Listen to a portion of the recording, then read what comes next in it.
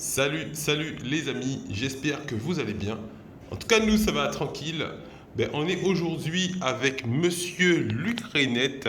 On a vu sur les réseaux sociaux qu'il y a eu une manifestation le week-end dernier dans un hôtel avec une candidate à l'élection présidentielle qui fait partie de la tête du Rassemblement national. Et plusieurs fois, le nom de Monsieur Reynette a été cité dans ce qui s'est passé. Donc, on va lui demander effectivement sa version de ce qui s'est passé dans cet hôtel. Bonjour, Monsieur Renette. Bonjour. Alors, qu'est-ce qui s'est passé dans cet hôtel? Parce qu'on nous a dit qu'il y avait Madame Marine Le Pen qui était là, et elle a dit, et Monsieur Tolassi aussi, Rodi, a dit que c'est un peu de votre faute, notamment qu'il a, surtout par rapport à ce qui s'est passé à la dame qui s'est fait agresser physiquement. Je vais rappeler tout d'abord que je suis un militant anticolonialiste et antifasciste. D'accord. Bon. Deuxièmement, cela fait, je crois, 37 ans, près de 40 ans, que les patriotes guadeloupéens s'opposent à la venue de racistes comme M. Le Pen, le père, Jean-Marie Le Pen, et Marine Le Pen qui lui a succédé. C'est une position qui est constante.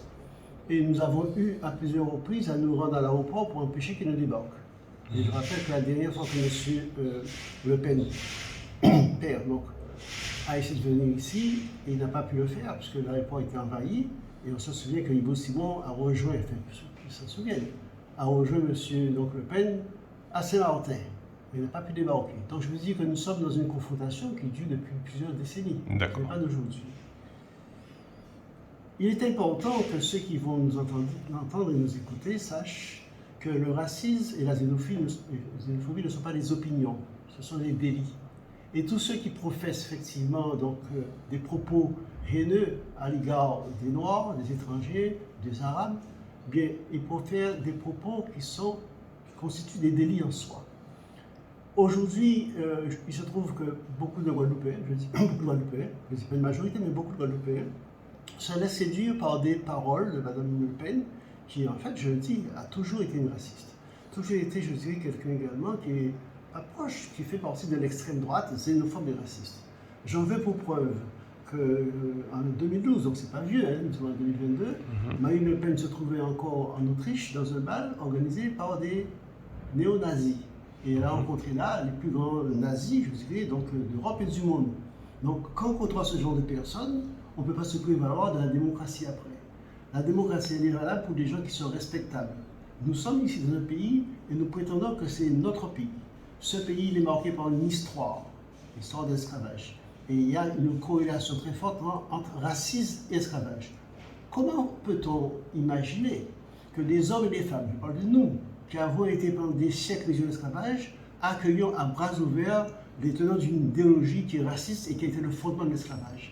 Je vous assure, monsieur, que lorsque, à l'étranger, dans le monde entier, on voit des Guadeloupéens, donc des Noirs, des descendants d'Africains comme nous-mêmes, acclamer Marine Le Pen, l'embrasser, la défendre, les gens disent, mais ils sont fous dans ce pays. Nous passons pour des gens naïfs, pour des gens qui n'ont aucune analyse et aucune connaissance de leur histoire, et surtout qui n'ont aucune estime d'eux-mêmes. C'est ça qui est grave. Nous assumons effectivement d'avoir empêché Marine Le Pen de s'exprimer, parce que une fois de plus, je dis que quand on exprime des idées relatives au racisme et à la xénophobie, ce ne sont pas des opinions qu'on exprime, mais ce sont des délits qu'on commet. Je rappelle qu'au départ, notre but était simplement de bloquer l'accès de Guadeloupe Première, ce samedi 26 mars. Ce que nous avons fait. D'ailleurs, contrarié en partie par des motards de la CRS. Lorsqu'on s'est rendu compte que Marine Le Pen n'était pas là, ne viendrait pas, on a compris qu'elle allait ailleurs. Mais il se trouve que partout dans tous les établissements de la Guadeloupe, il y a des Guadeloupéens encore dignes. Et c'est grâce à un de ces Guadeloupéens dignes qu'on a su que Marine Le Pen était à la Crème Bijotel. Alors c'est sûr que ça emmerde des gens comme la Synote que nous ayons pu savoir, parce qu'effectivement, ils misaient sur le fait que nous soyons perdus et qu'on ne sache pas où ils étaient. Alors, une trentaine d'entre nous avons pu rentrer à l'hôtel. Moi, je suis allé parmi les derniers parce que je ne veux pas garer. D'autres n'ont pas pu y accéder. Et c'est cette trentaine de personnes, effectivement, qui ont fait irruption. Là, Marine Le Pen était en train d'enregistrer une émission. Je n'étais pas encore là, parce que je suis arrivé en retard. Quand je suis arrivé, Marine Le Pen était déjà, entre guillemets, emmenée par ces gorilles qui nous ont bousculés au passage. Donc voilà tout ce que je veux dire, parce que je n'étais pas parmi les premiers arrivants. Ceci dit, nous revendiquons le fait que, en tant que patriote, en tant que Guadeloupéen, effectivement, qui a une conscience effectivement de ce que nous sommes et de ce qu'est Marine Le Pen, et effectivement tous ceux effectivement qui la soutiennent ici, notamment M. Toassi, et de notre devoir, il s'agit d'un devoir, d'une obligation d'empêcher que cette personne s'exprime chez nous. Ça n'a rien à voir avec la campagne électorale française, puisque nous ne sommes pas, quel que soit le président, pour nous c'est pareil. Donc nous ne sommes pas là contre la candidate Marine Le Pen. De tout temps, nous avons été contre la venue des racistes et des xénophobes Le Pen. Je rappelle que, puisqu'il faut parler, on cherche pour passer, mais le passé de M. Le Pen, c'est quoi? Son père. C'est un passé effectivement grave, dans la mesure où ce monsieur a été un tortionnaire. Il a donc torturé dans des souterrains, des maisons, de sous-sol, pardon, de maisons en Algérie. C'est connu. C'est un tortionnaire. Alors je ne dis pas que sa fille l'est également, mais elle est de cette même veine, parce que finalement elle a été élevée dans cela. Et le fait qu'elle ait toujours fréquenté des nazis, qu'elle ait un entourage de gens qui sont des nazis ou des non-nazis, montre bien qui elle est.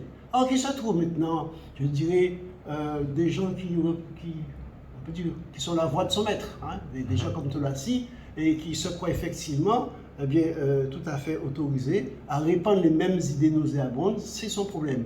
Nous avons effectivement une conscience et nous disons que de toute façon, notre pays, ce n'est pas la France, parce que beaucoup de gens disent « ouais, mais c'est la démocratie ». Peut-il y avoir la question fondamentale, peut-il y avoir la démocratie dans une colonie? Nous disons que nous sommes encore une colonie. Alors concernant les accusations proférées sur des calomnies, proférées par M. Tolassi contre moi sur RCI, sur d'autres voix, j'ai entendu dire par exemple que je suis responsable de la mort d'un patriote, de Jacques Berthelot. Mais voyez, il dit qu'il connaît son histoire. Mais il suffit de lire les coupures de presse de l'époque. Jacques Berthelot est mort avec 3 autres militants de l'UPEG qui ont sauté avec leur monde. Alors, paix à leur âme. Mais là, maintenant, essayer de faire croire pour les gens qui sont ignorants que je suis pour quelque chose, c'est aberration. J'aurais pu porter plainte. Je ne le ferai pas parce que je ne veux pas, moi, faire appel à la justice française qui m'a toujours persécuté. Donc je ne crois pas à la justice française. Mais surtout, si vous avez tué quelqu'un, vous auriez été en prison. Non seulement ça, mais en plus, les faits sont là. Je vous dis qu'il ment pensant qu'il n'y aura pas donc, de vérification. Deuxièmement, quand il dit que j'ai posé une bombe à l'escale, eh écoutez, pendant qu'il y a une bombe à l'escale, j'étais en prison. Et que jamais... Ah, vous avez été en prison? J'étais en prison, mais je dois dire, monsieur... Mais pas pour ces faits. Je suis un militant politique. Oui. Nous avons effectivement mené pendant presque 10 années, la lutte armée. Et je le revendique avec fierté parce que je suis un patriote. Et dans tous les pays du monde où il y a une colonisation, il y a des hommes et des femmes qui se sont levés contre cette colonisation. Donc j'ai consacré des dizaines d'années de ma vie à la cause de la liberté. Ce qui n'est pas le cas de Tolassi, parce que finalement, c'est un béni oui-oui, c'est quelqu'un effectivement qui est la voix de son maître, qui est là pour rapporter les propos nauséabonds de son maître, de sa maîtresse. C'est différent. Il n'y a pas d'idéal là, il n'y a pas effectivement de fierté, nous sommes effectivement pour la dignité. Et lorsqu'effectivement qu'il dit ça, sans qu'il y ait une contrepartie, ce qu'on répond, on pourrait croire que c'est vrai. Donc surtout pour les jeunes générations, donc il est important de rétablir les choses. Il suffit de voir les jours de l'époque. Les militants de l'UPEG, ils étaient 4 qui sont morts le 24 juillet 1984. Il suffit d'aller dans les archives et on montre bien qu'ils sont morts en 2 endroits différents par effectivement l'explosion d'une bombe transportée. Mais ça, c'est une vérité connue par les plus anciens. D'accord. Deuxièmement, je le dis pour l'escale, mais moi j'étais en prison. Et je rappelle que l'organisation que j'appartenais s'appelle l'Alliance Révolutionnaire Caraïbe, et il y a eu plusieurs dizaines de personnes qui ont été arrêtées, d'autres qui n'ont pas été, et que cette alliance était sur la Martinique, la Guyane, la Guadeloupe et la France. J'étais effectivement l'un des membres de cette organisation, donc je ne m'en cache pas, et je ne retire rien à mon engagement. Je suis un homme qui a consacré sa vie à cette cause. Et de toute façon, l'histoire jugera. Et je suis persuadé que la vérité, de toute façon, ne va pas éclater, elle existe. On n'a rien à démontrer. Hein? Et je le dis une fois de plus, certains me disent oui, il faut porter plainte. Je ne porterai pas plainte. Parce que moi-même, j'étais attaqué il n'y a pas longtemps par la justice, à faire l'État français. J'ai répondu comme il fallait parce que j'avais publié une lettre à la justice européenne. Je n'ai jamais eu confiance dans cette justice coloniale. Au contraire, je rappelle pour ceux qui ne savent pas que dans le tribunal de Pointe-à-Pitre, à l'époque des procès, eh bien, j'ai eu à déchirer ma carte, entre guillemets, d'identité et l'envoyer à la face des juges français. Donc c'est pour dire ma position. Je suis quelqu'un qui a une position qui est verticale. J'assume effectivement tout mon passé et également mon présent. Alors, j'ai une question. Donc, Monsieur Tolassi affirme qu'il a reçu 20 minutes de coups de pied. Pendant 20 minutes, il a reçu des agressions physiques, même si vous nous avez dit que vous êtes arrivé en retard. Pendant 20 minutes, il a été agressé, et c'est suite à ces 20 minutes d'agression qu'il a frappé, en fait, qu'il a frappé une des militantes qui était avec vous. Il a frappé deux militantes, hein. Deux. Il a frappé une militante. Ensuite, on vient de voir Marie-Guadeloupe qui nous a dit qu'il y a eu 3 militantes, en fait. En tout cas, les images montrent deux. Hein. D'accord. Une s'appelle donc Prud'homme, Delphine Prud'homme de Combat Ouvrier, rebelle, et l'autre, effectivement, Achaya, oui. Achaya, qui est effectivement du MIR. Voilà. Alors, je vous ai dit que je suis arrivé quelques minutes après les premiers, parce qu'on avait du mal à trouver un stationnement. Si ça avait duré 20 minutes, j'aurais vu quelque chose. Quand je suis arrivé, j'entendais juste des clameurs, de gens qui commençaient à siffler, à dire Le Pen déron. Et donc, effectivement, j'ai vu arriver Le Pen, je me suis trouvé face à elle quelques secondes. D'accord. C'est tout. C'est tout. Donc, j'ai rien vu de ce qui se passait avant. Mais imaginez, je suis peut-être arrivé 5-10 minutes après les premiers, puisque nous sommes partis en même temps depuis Guadeloupe Première. Il est impossible que pendant 20 minutes, ce monsieur a été donc touché par des coups de pied. Je suis très, très dubitatif par rapport à cela. Alors, je dis également, allez-y. C'est important. Vous voyez, je ne vais pas faire d'amalgame, mais lorsque, au sein de sa propre famille, on a des gens qui ont commis des crimes, on évite, je dirais, par décence, d'accuser des personnes à tort.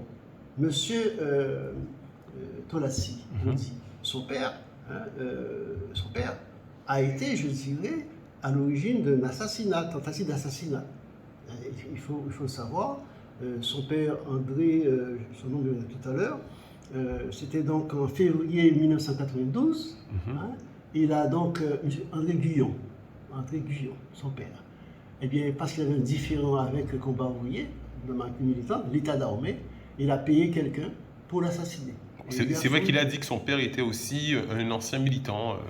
Oui, mais en tout cas, son père a été emprisonné, a été condamné à 15 ans de prison pour tentative d'assassinat sur la personne de Lita Dahomey, qui lui a tiré.